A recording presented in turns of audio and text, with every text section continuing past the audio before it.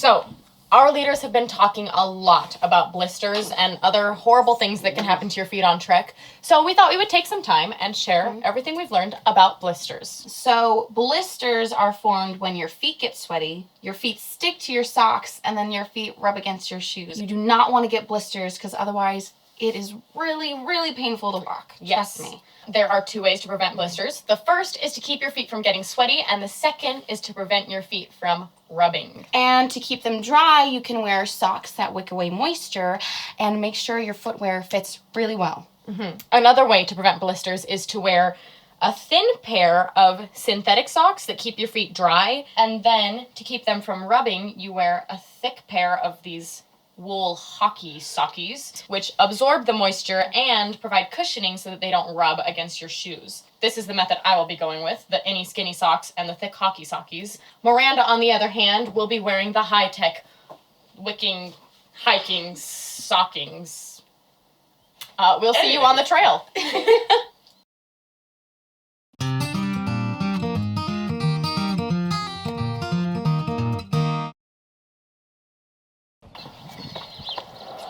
Hi.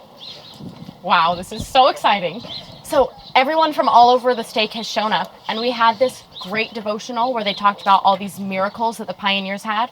And then they divided us into our Trek families with a Trek Ma and Pa and Trek brothers and sisters, and we're all sharing a handcart and... Oh, wait. This is Brother B. He's the trail boss.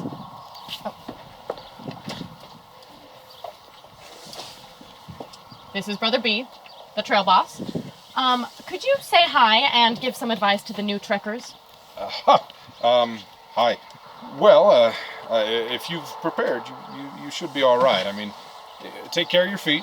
I mean, if you're dependent on them, you better take care of them. Good point. Then, well, really, it's just the basics, you know. Stay with your group. Don't wander off. Eat your food.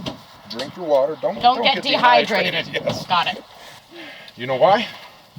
You'll die of thirst. When you're out in the sun walking all day, your body loses a lot of water, so you want to replace that water. Do you remember how much water? Half to 1 quart per hour. That's very good. That's right.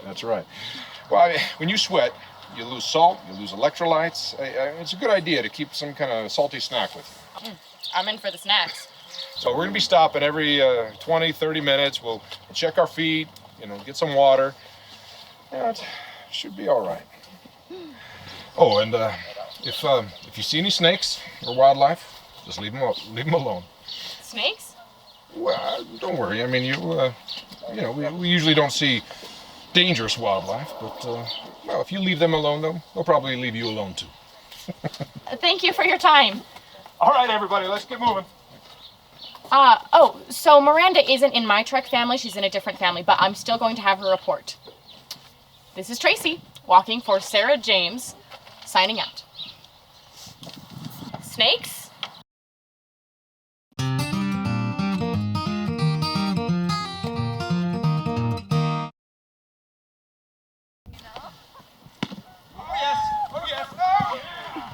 So we got our carts and poles. And some will push and some will pull until we reach the valley. And then we got to camp and played. Pioneer games. So evidently the pioneers weren't exhausted and suffering all the time. And since they didn't have things like video games and phones, they had other ways of having fun, like stickball, tug of war. Oh, and this one where you take these 2 sticks and then you pass this hoop to another person, and stick pull. Miranda here. Emma James, please. Oh, pardon me. Emma here is quite the stick puller. She beat all the other girls. Even you. It's irrelevant, but it has been fun. This is Tracy and Miranda. Emma and her aged sister, Sarah. Stop that. That's all for now. Bye.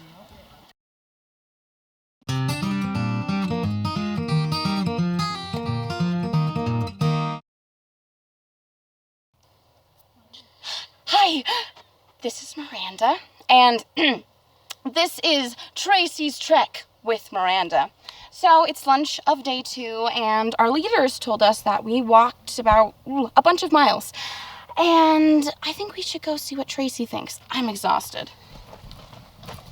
Tracy, how about you? And as you see, our host is not immune from the effects of gravity. Give me that! Miranda! She's Miranda!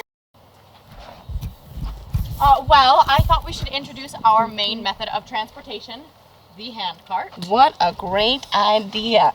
Up here we have the handle where you can pull the handcart.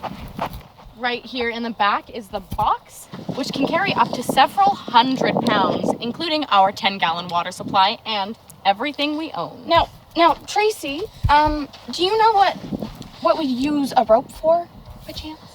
The rope is used for when you're going down a hill. You can pull on it. It helps slow down the cart and helps you control it. And what is this? Oh, That's a rock. Evidently, when they built these things, they didn't have brakes or ways to stop it, so they would put a rock by the wheel to stop it from rolling down the hill. So where? Okay, I'll tell them. So, we were going down a hill, and we decided to stop, and someone asked me to put a rock by the wheel. By the wheel? All right, in front of the wheel, but I didn't know why, and so I put it where I thought was the front, but it was the side, and everyone let go. Sarah James was very heroic and decided to run after the cart and grab the rope before it could roll away. How far do you think it went? I think it went about 50 feet. Felt like 50 miles. Anyways, she probably slowed it down a little bit before everyone else grabbed onto it and saved you. Anyway, be careful with these things. They don't park themselves. That's all for now.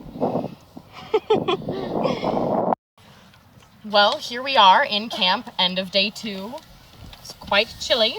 And we had a really interesting experience today, didn't we, Emma? Yes.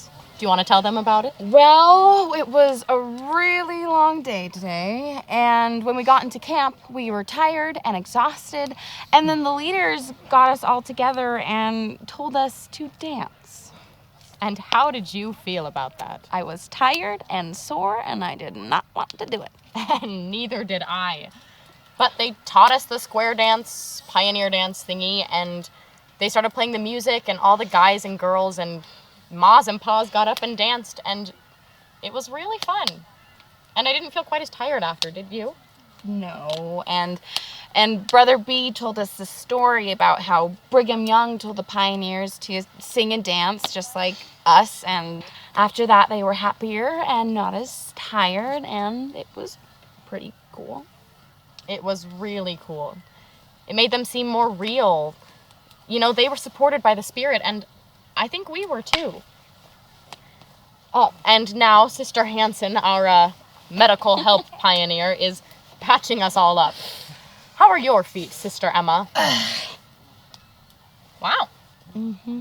You did good. Your humble host, on the other hand, did not fare so well. Oh, I thought you broke in your boat boots. I did. I broke in the Titanic and the Hindenburg.